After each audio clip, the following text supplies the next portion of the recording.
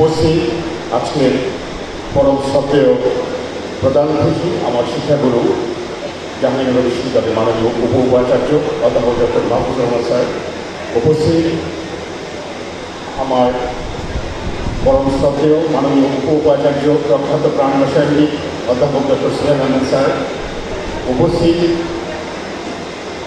জাহাঙ্গীরনগর বিশ্ববিদ্যালয়ের ফার্মেসি বিভাগের প্রাক্তন সভাপতি অধ্যাপক ডক্টর দিদার আলম মহসিন ভাই, উপস্থিত বাংলাদেশ ইসলামী ছাত্র শিবিরের কেন্দ্রীয় সভাপতি যারা জাহিদুল ইসলাম, উপস্থিত ডাকসুর নির্বাচিত সভাপতি সহসভাপতি জনাব আবু সাদিক সাহেব, উপস্থিত জাহাঙ্গীরনগর বিশ্ববিদ্যালয়ের কেন্দ্রীয় শিক্ষার্থী সংসদ ডাকসুর সভাপতি সাধারণ সম্পাদক জিএস প্রিয় মাঝহার সহ ডাকসুর নেতৃবৃন্দ, সম্মানিত সহকর্মীবৃন্দ, আজকের অনুষ্ঠানের মধ্যমণি জাহাঙ্গীরনগর বিশ্ববিদ্যালয়ের 54তম আবর্তনের সুপ্রিয় শিক্ষার্থীবৃন্দ, এখানে যারা উপস্থিত আছেন আমার প্রিয় সাংবাদিকগণ, সকলকে সালাম শুভেচ্ছা।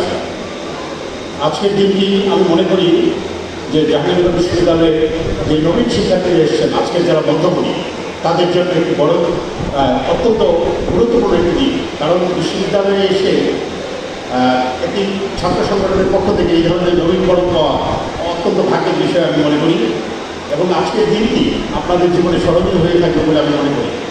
এবং আমাকে আজকে এখানে দাওয়াত দেওয়ার জন্য প্রথমে আমি আজকে যারা আয়োজক আছেন তাদের প্রতি কৃতজ্ঞতা প্রকাশ করছি। আরেকটি কথা, আজকে যারা মধ্যাকর্ষক মধ্যমণি আপনারা নবীন শিক্ষার্থীরা, আপনারা দেশে বিভিন্ন প্রান্ত থেকে এখানে এসছেন। কেন এসছেন? একটা সুন্দর মানুষ হওয়ার জন্য এসছেন।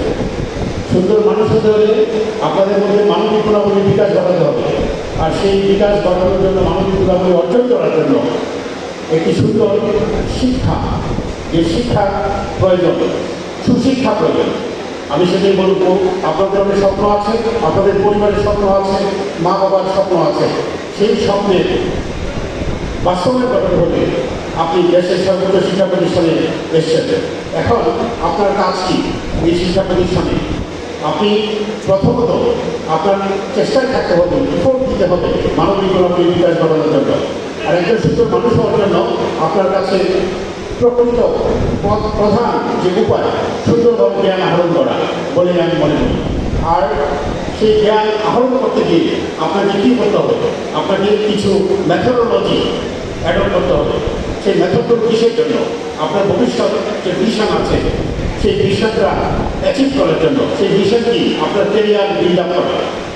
সেই ক্যারিয়ারটাকে আপনি যদি করতে চান তাহলে আপনাকে এখন থেকেই স্বপ্ন দেখতে হবে যে একটা সুন্দর মানুষ হওয়া এবং ক্যারিয়ার বিল্ড আপ করতে হলে ক্যারিয়ার অ্যাচিভ করার জন্য কিছু স্কিল আছে, সেই স্কিলগুলো আপনাকে অ্যাচিভ করতে হবে।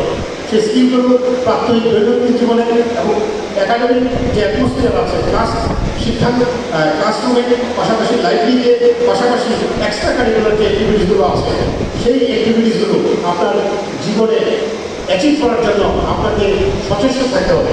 আজকের দিনটি আমি সেজন্যই মনে করছি একজন সুন্দর মানুষ হওয়ার জন্য যে পথ, সেই পথে আপনি যদি যেতে চান তাহলে সেই পথে যে সুন্দর মসৃণ যে বিষয়গুলো আছে সেগুলোকে আপনাকে গ্রহণ করতে হবে। আর career based society, education based society আমাদের দরকার। কেন দরকার? স্বাধীনতা উত্তর বাংলাদেশে যে অবক্ষয় হয়েছে সেই অবক্ষয় থেকে উত্তরণের জন্য এই ক্যারিয়ার বেসড সোসাইটি ভবিষ্যতে আমাদেরকে যে সোনার বাংলা, সেই সোনার বাংলা করতে সহায়তা করবে। আর একটি কথা আমি বলছি যে প্রথমত আপনার কাজ হবে শিক্ষাঙ্গনের যে রীতিনীতিগুলো আছে সেগুলো ফলো করা।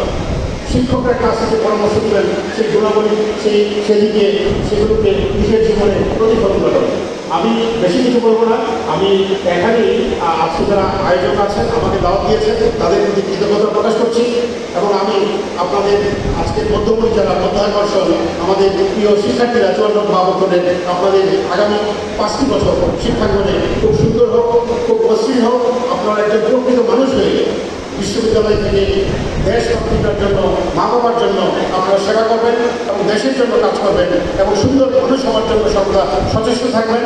আর যেহেতু আমি বিশ্ববিদ্যালয়ের প্রক্টরের দায়িত্বে আছি, যে কোনো সমস্যায় আমার সাথে আপনারা একটা নাম্বার আছে ডক্টরের, সেই নাম্বারে যোগাযোগ করবেন।